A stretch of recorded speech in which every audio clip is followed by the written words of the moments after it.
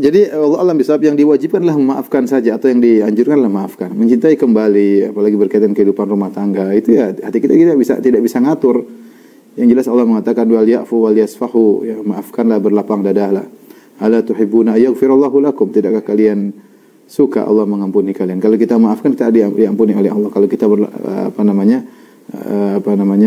berlapang dada, Allah akan mengampuni dosa-dosa kita juga. Adapun harus kembali seperti kadang sebagian kawan, ya yang penting kita tidak ribut lagi. Kita tahu kalau kita dekat dengan dia akan banyak mudarat yang timbul. Tapi jangan kita berpisah dengan kebencian, ya. Jangan kita berpisah dengan, kita berusaha hati kita tidak ada penyakit. Kita ingin kita ketemu Allah tidak ada penyakit dengan masalah dengan orang lain. Itu sebisa mungkin. Sebisa mungkin kita tidak dihadirkan pada hari kiamat berhadapan dengan orang, dengan sama muslim, kemudian kita bersidang di hadapan Allah Subhanahu wa taala. Usahakan tidak demikian sebisa mungkin. Makanya di antara hal, mohon maaf, mungkin saya kurang tadi, di antara hal yang bantu hati kita bersih adalah kecerdasan kita. Ketika kita punya masalah, kita keluar dengan tenang.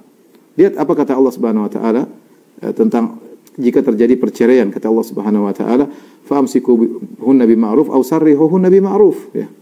Imsakun ma'ruf atau tasrihun bi ihsan. Ya.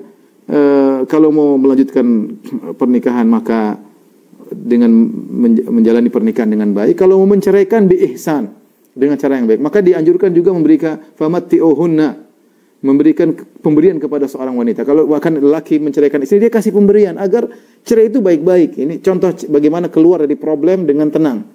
Makanya kalau kita baca sejarah para sahabat, terkadang di antara mereka mencerai, tapi nggak ada cerita ribut-ribut, berkelahi, lempar-lemparan, apalagi bantah-bantah di medsos. Ya dulu nggak ada medsos memang, ya. Tapi maksud saya bagaimana kita melihat permasalahan, kita bisa keluar dengan, dan kita hidup ini pasti punya masalah.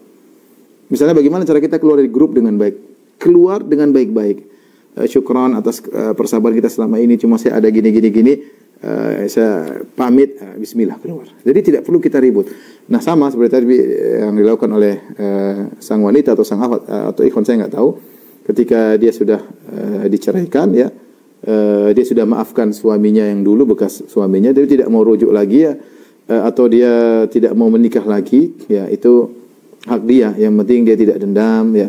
Karena kalau banyak perceraian yang terjadi bukan perceraian yang baik, akhirnya yang jadi korban adalah anak-anak.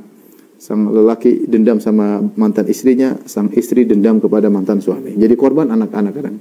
Suaminya, bapak mereka mau ketemu ditahan, atau ibu mereka mau ketemu ditahan, ya, dan seterusnya. Tapi kalau baik-baik, tenang, ya namanya hati berkecamuk dan ini tahan. Tapi kalau harus mencintai lagi maka tidak harus, ya, tidak harus. Yang penting dia sudah maafkan, alhamdulillah, dia bisa mengontrol hatinya. Ya Allah alam bisawab.